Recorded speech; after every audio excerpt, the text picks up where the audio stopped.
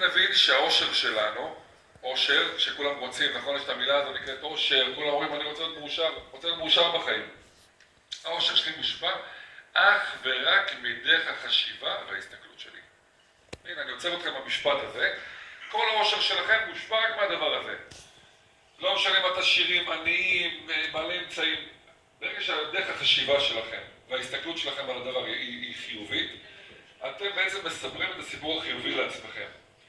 ואני אתן לכם דוגמה, במקום שאחד רואה הזדמנות, השני יכול לראות בזה כישלון.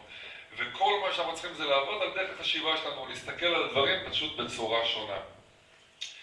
ולזכור שיש לנו במוח כמה, נקרא לזה שדונים קטנטנים, שהנטייה שלהם זה קודם כל לפרש שלילית המציאות.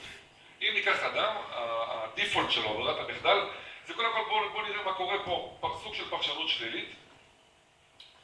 ובשביל לצאת מהסוג של פרשנות שלילית, אנחנו צריכים לזהות ולסוג של פיקוח על איזה מחשבות אני חושב. על מה אני חושב, האם זה מקדם אותי, האם את זה שאני אראה שזה בעיה. אתם מכירים את האנשים האלה שהם קורא להם מה שאומרים, תודה לאל, הכל בסדר? מכירים את המושג הזה? זה סוג של חשיבה חיובית. הם לא מקטינים ממה שקרה להם, הם רק מספרים לעצמם סיפור שזה בסדר, וזה יהיה בסדר. וזה בעצם לא לפרש שלילי את המציאות. אתם יכולים לקרוא לבד, אני לא אקריא לכם את זה, אבל ברגע שמזהים מחשבה שהיא לא טובה, צריך פשוט לנסח אותה מחדש, פשוט להגדיר את המשפט מחדש.